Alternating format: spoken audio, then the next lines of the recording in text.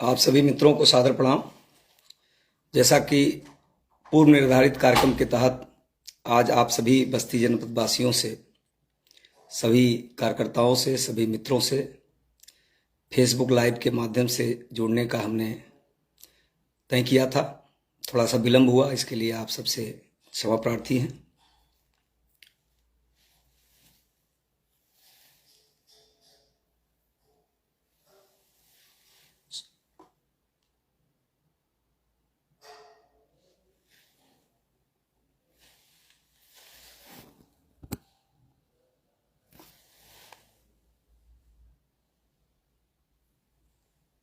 मैं थोड़ा बाहर था, इस नाते विलंब हुआ। आप सब इतने देर से इंतजार कर रहे हैं, इसके लिए मैं आप सबसे क्षमा प्रार्थी हूं।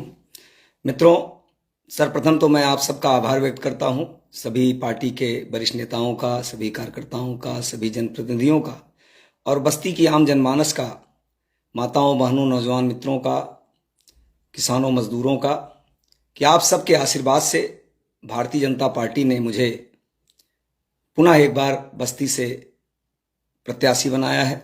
आदरणीय प्रधानमंत्री जी, आदरणीय राष्ट्रीय अध्यक्ष जी, आदरणीय गृह मंत्री जी, आदरणीय मुख्यमंत्री जी, आदरणीय प्रदेश अध्यक्ष जी सहित शीर्ष नेतृत्व का आशीर्वाद पुनः मुझे मिला।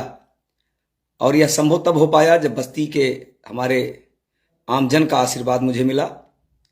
मैं इसके लिए आप सभी बस्ती जनपद वासियों का आभार व्यक्त करता हूं, अभिनंदन करता हूं। मित्रों, मैंने लगभग 10 वर्षों में आदरणीय मोदी जी के नेतृत्व में बस्ती के विकास के लिए, बस्ती के किसान, मजदूर, गरीब, माताओं, बहनों के विकास के लिए मोदी सरकार की जो योजनाएं हैं और उत्तर प्रदेश में योगी सरकार की जो योजनाएं हैं, उन योजनाओं का लाभ अधिक से अधिक बस्ती वासियों को मिल सके, इसके लिए मैंने पूरा प्रयास किया है, अपना सब कुछ लगाया है। बस्ती के विकास के दृष्टि से भी बस्ती में मेडिकल कॉलेज हो जाए, बस्ती में इंजीनियरिंग कॉलेज हो जाए, बस्ती में अटल आवासीय स्कूल हो जाए, बस्ती के राम जानकी मार्ग हाईवे बन जाए, टांडा से लुम्बिनी का मार्ग बन जाए, 84 कोसी परिक्रमा महामार्ग बन जाए, बस्ती रिंग रोड पास हो जाए। ऐसे अनगिनत जो ऐतिहासिक सड़कें थीं, जो बस्ती के विकास के लिए बहुत आवश्यक थीं, उसके लिए भी हमने प्रयास किया। उसमें अधिकांश काम या तो हो गए या तो शुरू हो रहे हैं। मखौड़ा जैसे पवित्र स्थल का विकास हो, छावनी, शहीद स्थल, अमोढ़ा, सिंगिनारी, राम रेखा, हनुमान बाग चकोही, भदेश्वर नाथ, ऐसे अनगिनत धार्मिक स्थलों का विकास हो, इस दिशा में भी केंद्र सरकार ने, प्रदेश सरकार ने बस्ती के विकास के लिए विभिन्न योजना बना करके उसमें बस्ती का विकास किया है। आज हम बस्ती को कह सकते हैं कि हमारे बस्ती में 10 साल पहले, मोदी सरकार आने के पहले जो सुविधाएं शायद देश की आज़ादी के 65 वर्षों में नहीं थी, वो सारी सुविधाएं बस्ती में आज उपलब्ध हैं। चाहे वो सेंट्रल स्कूल को 2 पाली में चला करके अपने बस्ती के अच्छे विद्यार्थियों को अच्छी शिक्षा देने की बात हो, चाहे मुंडेरवा जैसे शुगर मिल जो 25-30 सालों से बंद था, किसी सरकार ने नहीं शुरू किया। हमारी सरकार, हमारे प्रधानमंत्री जी बस्ती में आए थे और उन्होंने घोषणा किया था कि उत्तर प्रदेश में हमारी सरकार आएगी तो मुंडेरवा में नई शुगर मिल बनाएंगे। हमारे मुख्यमंत्री जी ने उत्तर प्रदेश सरकार की पहली कैबिनेट बैठक में निर्णय लिया और आज वो भी बन करके तैयार है। कई रेलवे के दृष्टि से, कई फ्लाईओवर, रेलवे स्टेशन के पुनर्निर्माण के लिए योजना बनाना, कई रेलवे ट्रेनों का स्टॉपेज करना। अभी अभी हमारी सरकार ने 7 ट्रेनों का स्टॉपेज बस्ती, गौर और बमनान में दिया। आज शाम को मैं बमनान में 6 बजे रहूंगा अभी झंडी दिखाने के लिए। और पिछले 10 वर्षों में 24 ट्रेनों का स्टॉपेज विभिन्न स्टेशनों पर मैंने प्रयास करके करवाई है। नई ट्रेन भी बस्ती से इलाहाबाद के लिए चली है। तो चाहे रेलवे का विषय हो, चाहे सड़कों का विषय हो, चाहे मंदिरों के पुनर्निर्माण का, मंदिरों के सौंदर्यीकरण का विषय हो, चाहे गरीबों को विभिन्न प्रकार की सुविधा उपलब्ध कराने की बात हो, चाहे प्रधानमंत्री आवास हो, शौचालय हो, उज्ज्वला योजना हो, आयुष्मान भारत हो, किसान सम्मान निधि हो, घर घर बिजली पहुंचाने की बात हो, हर गरीब को खाने की व्यवस्था हो, कोरोना काल में हर गरीब को टीका मुफ्त में लग जाए, अधिक से अधिक बस्तीवासियों को लग जाए, इसकी चिंता हो, बस्ती में ऑक्सीजन प्लांट बन जाए जिससे ऑक्सीजन की सुविधाएं बढ़ जाएं। ऐसे तमाम अनगिनत काम केंद्र और प्रदेश सरकार ने किया है, जिसमें हम लोग लगातार प्रयास करके बस्ती के विकास के लिए हम लोगों ने चिंता की है।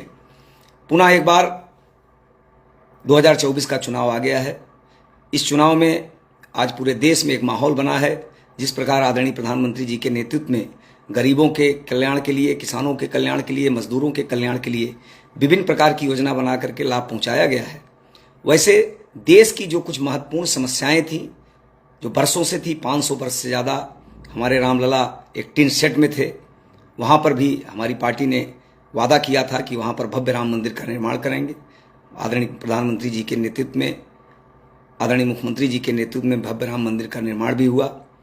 काशी विश्वनाथ कॉरिडोर का निर्माण हुआ, महाकालेश्वर कॉरिडोर का निर्माण हुआ, केदारनाथ बद्रीनाथ का सौंदर्यीकरण हुआ, माँ विंध्यवासिनी के दरबार का विकास हुआ, मथुरा वृंदावन का विकास हुआ, देश की सीमाओं की सुरक्षा बढ़ाई गई। आज देश से आतंकवाद भी समाप्त है, अलगाववाद भी समाप्त है, नक्सलवाद भी समाप्त है। सरदार वल्लभ भाई पटेल, जिन्होंने देश की आज़ादी के लिए, देश की एकता और अखंडता के लिए अपना सब कुछ न्यौछावर कर दिया था, उनको सम्मान देने की दृष्टि से दुनिया का सबसे बड़ा स्मारक बनाने का काम आदरणीय प्रधानमंत्री जी ने किया।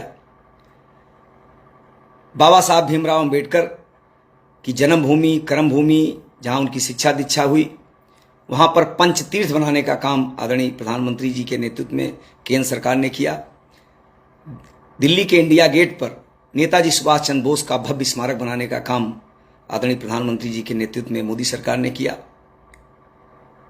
धारा 370-35 से समाप्त करके जम्मू कश्मीर में एक देश, एक निशान, एक विधान, एक प्रधान की व्यवस्था लागू करने का काम मोदी सरकार ने किया। और कल ही रात में सीएए के द्वारा कानून लागू करके बांग्लादेश, पाकिस्तान, अफगानिस्तान के जो हमारे अल्पसंख्यक शरणार्थी हैं, जो भारत में नागरिकता लेना चाहते हैं, उनको नागरिकता देने का एक ऐतिहासिक फैसला मोदी सरकार ने लिया है। तो निश्चित रूप से मैं कह सकता हूं कि देश के गरीब किसान मजदूर के विकास के लिए भी हमारी सरकार ने योजना बनाई। देश को आगे बढ़ाने के लिए हाईवे एक्सप्रेस से लेकर के तमाम हवाई अड्डे बनाने का काम, एम्स बनाने का काम, तमाम बड़े बड़े संस्थानों को बनाने का काम मोदी सरकार। और मैं ये कह सकता हूं कि मोदी जी के नेतृत्व में आज हिंदुस्तान दुनिया की 5 आर्थिक महाशक्तियों में से एक बन गया है। हमारे प्रधानमंत्री जी ने संकल्प लिया है 2027 तक हिंदुस्तान को दुनिया की 3 आर्थिक महाशक्तियों में से एक बनाना है। उस संकल्प को पूरा करने के लिए आज पूरा देश पुनः एक बार मोदी जी के नेतृत्व में ऐतिहासिक प्रचंड बहुमत के साथ मोदी सरकार बनाने का संकल्प ले चुका है। हमारे बस्ती के लोग भी, गांव गरीब किसान मजदूर माताएं बहनें यह संकल्प ले चुकी हैं कि पुनः मोदी सरकार बनाना है। और आज पूरे देश में ये चर्चा नहीं हो रही है कि मोदी सरकार को बहुमत मिलेगी कि नहीं मिलेगी, बस ये चर्चा हो रही है मोदी सरकार 400 पार करेगी कि नहीं करेगी। उसमें आप सभी बस्ती जनपद वासियों से मेरा निवेदन है, सभी कार्यकर्ताओं से, सभी पार्टी के नेताओं से, सभी आम जनमानस से मेरा निवेदन है कि आप सब पुनः एक बार, जैसे आपने 2014 में, 2019 में अपना आशीर्वाद दे करके मुझे सांसद बनाया, मोदी जी को प्रधानमंत्री बनाया, उसी प्रकार इस चुनाव में भी आप सब अपना आशीर्वाद दे करके भारतीय जनता पार्टी को जिताएं, जिससे बस देश का भी विकास हो और बस्ती के कुछ जो प्रोजेक्ट अभी बचे हुए हैं, हम सब मिल करके उस प्रोजेक्ट को पूरा करेंगे। हमारी बस्ती भी एक सुंदर, स्वच्छ, संपन्न बस्ती बने, उस दिशा में मैं लग करके प्रयास कर रहा हूँ।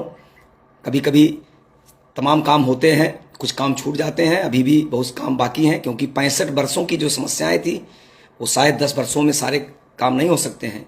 लेकिन मैं ये कह सकता हूँ, जिस प्रकार मोदी सरकार ने जो काम 65 वर्षों में नहीं हुआ वो इन 10 वर्षों में किया है, उसी प्रकार बस्ती में जो काम 65 वर्षों में नहीं हुआ था वो इन 10 वर्षों में हुआ है। कुछ महत्वपूर्ण काम अभी बचे हैं, आने वाले समय में हम लोग करेंगे। कल भारतीय जनता पार्टी के चुनाव कार्यालय का, विधानसभा के चुनाव कार्यालयों का उद्घाटन है। कल 10 बजे हरैया में है। हमारे सिद्धार्थनाथ जी जो पूर्व मंत्री हैं, इस क्लस्टर के इंचार्ज हैं, शाहजानंद राय जी हमारे क्षेत्रीय अध्यक्ष हैं, उनके द्वारा होगा। 10 बजे हरैया में है, 12 बजे कप्तानगंज में है, 2 बजे गायघाट में है और 4 बजे रुधौली में है। आप सभी कार्यकर्ताओं से मेरा निवेदन है, अधिक से अधिक संख्या में अपने अपने विधानसभाओं में इन कार्यालय के उद्घाटन में उपस्थित होकर के अपना आशीर्वाद, अपना समर्थन आदरणीय प्रधानमंत्री जी को दें, आदरणीय मुख्यमंत्री जी को दें, पार्टी को दें और मुझे दें। यही निवेदन करने के लिए मैं आज आप सबके बीच में फेसबुक के माध्यम से संवाद कर रहा हूं। आप सबका स्वागत करूंगा। आप सबसे मेरा निवेदन है, कल कार्यालय के उद्घाटन में 10 बजे हरैया में, 12 बजे कप्तानगंज में, 2 बजे गायघाट में महादेवा विधानसभा का और 4 बजे रुधौली में, रुधौली बाजार में कार्यालय का उद्घाटन होगा। आप सबको मैं सादर आमंत्रित कर रहा हूं। आप सब आइए, अपना आशीर्वाद दीजिए। यही निवेदन करते हुए, आप सबका आभार व्यक्त करते हुए मैं अपनी बात समाप्त करता हूं। धन्यवाद। नमस्कार।